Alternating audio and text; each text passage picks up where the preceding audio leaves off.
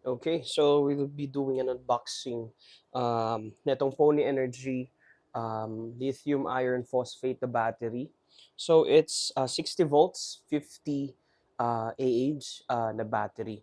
So I will be using this one and replacing my current battery sa NWOW EMC Golf 1.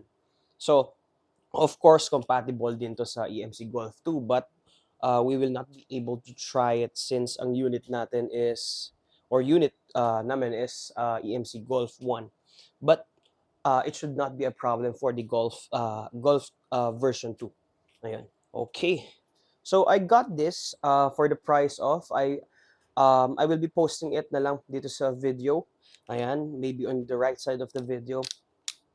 And I got it for a pretty cheap price since I have used Laz Coins, ayun, and then yung mga platform vouchers. So ang tip ko lang sa inyo is when you buy this one, buy it kapag kapag payday sale, ganun. So since malaki yung discount nun, I think I got it for for a pretty price na discount, mga 2,000 peso discount, and then use the coins. So now i-unbox na natin siya. So para ma-expect nyo, makita nyo rin yung kung ano yung mag-a-arrive sa inyo na package, of course. So medyo lang tayo dapat dito, no? Medyo dahan-dahan sa ibang parts kasi, or sa ibang may bubble wrap, kasi possible na may ibang maputol. Okay. So pagpasensya nyo na yung kung ano man yung nandito. Ayan. Okay.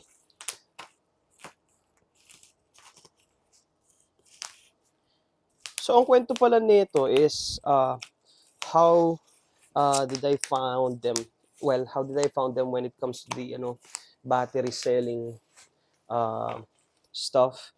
I am looking kasi an alternative or a replacement para sa lead acid since unang-una is ang tagal niyang i-charge. So of course, from the low battery or lowest battery ng EMC Golf, and then up to its full charge, umaabot siya ng 8 to 10 hours. So with this, 60 volts, 50 AH. Well, in approximation, no? Kasi yung libre na charger nito is, I think it's up to 72 volts and then 8 amperes. So approximation yung full charge niya from 0 to 100 or charging time is approximately 6 hours or not more than 6 hours. Ayun. So let me just get this bubble wrap. And by the way, mabigat to since based doon sa product details, it's around 29 point something kilos. So ipopost ko rin yan sa somewhere on the video para makita nyo. Ayan. So dito sa sa front niya is the Pony Energy logo. And then may details dito, 60 volts, 50 AH, e-bike battery. So they have indicated doon sa product details that this will be a plug and play. So matatry natin yon on the next video kasi for now, unboxing muna just to verify kung ano yung mga content inside, no? Para kapag bumili kayo, of course, makikita nyo kung ano yung marireceive nyo. So, yun. So, i-open lang muna natin sa side. Oops. Muntik na ako doon. Gumamit na lang tayo ng cutter. Ayan. And then, ayan. Pag ganito kasi medyo nagdadahan-dahan na ako. Well, nadala na ako eh. Okay, so, it's a very good presentation, by the way. Kasi for its price, I think I got it for around less than less than 24,000 pesos after discounts, of course. Ayan. So very good presentation. Ayan. So opening it, I am not sure what's this, but maybe the charger. So the free charger maybe. So it says here this one. Ayan. So para of course up close makita nyo. Okay. Ayan, so nakalagay dito 73 volts, 8 amperes. So, of course, this is the charger. Since nakita natin yon. Then, more Chinese details here. Ayan. So let's try to open it. So, yeah, close na lang natin. This will be basically not scripted video. Kasi na-receive ko lang siya earlier. Okay. So, ito yung, laki ng charger Yep, I think, siguro, dagdag ka ng 1/3 versus yung sa bigay ni NWOW. So, pansin ko naman sa charger, it's pretty okay. So I guess it is. I think ito lang itong port lang I need to verify kung parehas siya dun sa installed sa EMC Golf. So, pag hindi, kailangan gumawa ng, of course, linya. Pero, it should not be a problem kasi Pony Energy mentioned na on their product details, again, is included yung, I think it's, what do you call this one? An Anderson cable at saka C13 na cable. Ayan, so tanggalin natin. So mapapansin nyo naman, sobrang secured. I'm impressed with your packaging, Pony Energy. Ayan. So, and of course, the pricing kasi biruin mo, no, sa price na, 24,000, napaka, na niya, maganda yung packaging, etc. And then, yung build quality, by the way. Ito na, so medyo ilalapit lang natin. Mabigat to kasi. Almost 30 kilos. Ayan. Okay. So, itong case niya, case ng battery is, I think it's aluminum or something. So, check. So, again, hindi to scripted. Kaya, ilalagay ko dyan kung anong material ginamit nila. Ayan. So, ang bigat, no? So, before that, hindi ko naman kasi sumasama yung box. Unahin muna natin to. Ayan. So, nandito yung mga free cables niya. Ito, Anderson cable. Ayan. So, Anderson cable. Okay. Okay, ayan. So, up close natin.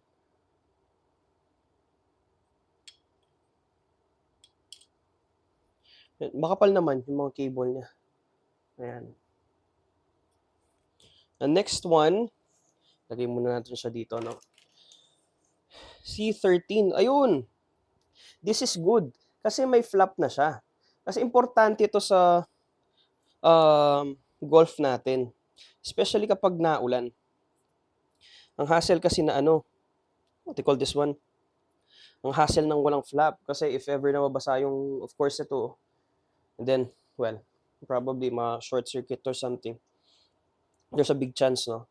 So, pero, ayan yung natin, cable. Na C13 cable, by the way. So, I think pares lang naman siya nung installed sa EMC Golf. Pero, I will verify on this one kung parehas lang. Pero, ito, makikita nyo, naka-close siya. Hindi lang ganoon ka-secured. Kasi, tingnan nyo, no? Ayan, tingnan yung lighting. Medyo baliktad yung lighting ko, no? Ayun. Konting mo lang. Konting ganun mo lang. Ayun. So, now, open na siya. At least, they have given this one as a free, pero hindi pa rin siya, kapag kasi, most probable na magyari is, habang, of course, gumagana, and then, malubak, aangat to. Ayan. Pero, i-check natin yan, check and verify. And then, again, press na makapal naman yung cable. Meron siya ditong, naka-electrical tape. So, pwede natin putulin to, no? In case na need natin mag-reroute or something. Ayan. Okay. Sige. So, punta naman tayo dito sa mismong battery, no? Medyo may hirapan lang ako sa pagkuha nito. Okay. Kasi ang bigat niya. Oops. Ayan. So, kung mapapansin nyo, ang ganda talaga ng packaging. Tsaka makapal. Ayan. Makapal yung box na ginamit. Yung styro, pretty secured. Grabe. Ang ganda. Pero siyempre, hindi naman, well, importante yan, pero mas importante to. Lalo na kapag nailagay na. Ayan. Ah. So, ito yung sa front niya. Pony Energy. 64 volts, 50 ampere hours. Again, ayan. So, by the way, sa mga magtatanong dyan, no, kapag ba nilagay ko to, bibilis ba yung speed ng e-bike? Actually, hindi siya bibilis. So, ang purpose lang talaga nito is to, para mapahaba yung range ng e-bike natin, yung EMC Golf. Okay? So, yun naman talaga yung purpose kasi even doon, hindi naman ako nakukulangan sa natin, no? Sa range na current na nasa EMC Golf. Kasi yung current natin na lead acid, 60 volts, 32 ampere hours. Pero imagine this one, 60 volts, 50 ampere hours, lithium iron phosphate, then may libre pa na charger and the cables. And yung charger niya is 0 to 100 percent sa battery na charging is approximately not more than 6 hours. So, ma-charge po siya na ganun. And mas malaki pa yung capacity. Ayan. Check lang natin to. Ayan. So, kapag tinanggal to, parang ano lang siya, nagaganyan. No? So, pag tinanggal yan, yung red na to, ayan, makita nyo na yung actual. Tanggalin din natin. Ayan. Ayan. So, much better siguro. Ilapit ko yung camera, no? So, wait a minute, no? I-adjust lang natin. So, wala nang cut-cut tong video para ma-post agad para makita nyo. Ayan. So, ito siya. Sorry, tripod yung gamit ko eh. And then, grabe, ang thick ng pagkaka-enclose dito. Solid built na quality. I'm impressed with the quality. Tsaka pulido. Maganda. Tsaka may handle pa siya. Oh. Ayan, ito yung handle. Okay. Okay. Ayan. So, para makita nyo na. Ayan. So, indicate ko na lang din yung size nito sa comment section. Okay? Or doon sa description box below. Okay. And then the next video, it will include na yung actual installation nitong battery. And then of course, testing na actual range. Well, yung testing ng actual range will be another video nun. So, ang next video natin for this battery is installation sa EMC Golf na version 1, of course. And then, well, it's an overall guide para may ma-follow din kayo in case na bibili kayo ng ganitong battery. Ayun. So, hindi ako affiliated with Pony Energy by the way. So, binili ko talaga to. Kasi for the sole purpose of, ayun nga, extend yung total range ng EMC Golf. Okay? Sige, ayun. Thank you guys. So, by the way, subscribe lang kayo dun sa channel. Of course, since this is a new channel, subscribe lang kayo. Well, comment down below kung may mga questions kayo and then I will answer it on the next video. Okay? Sige, thank you guys. Ayun. Bye-bye.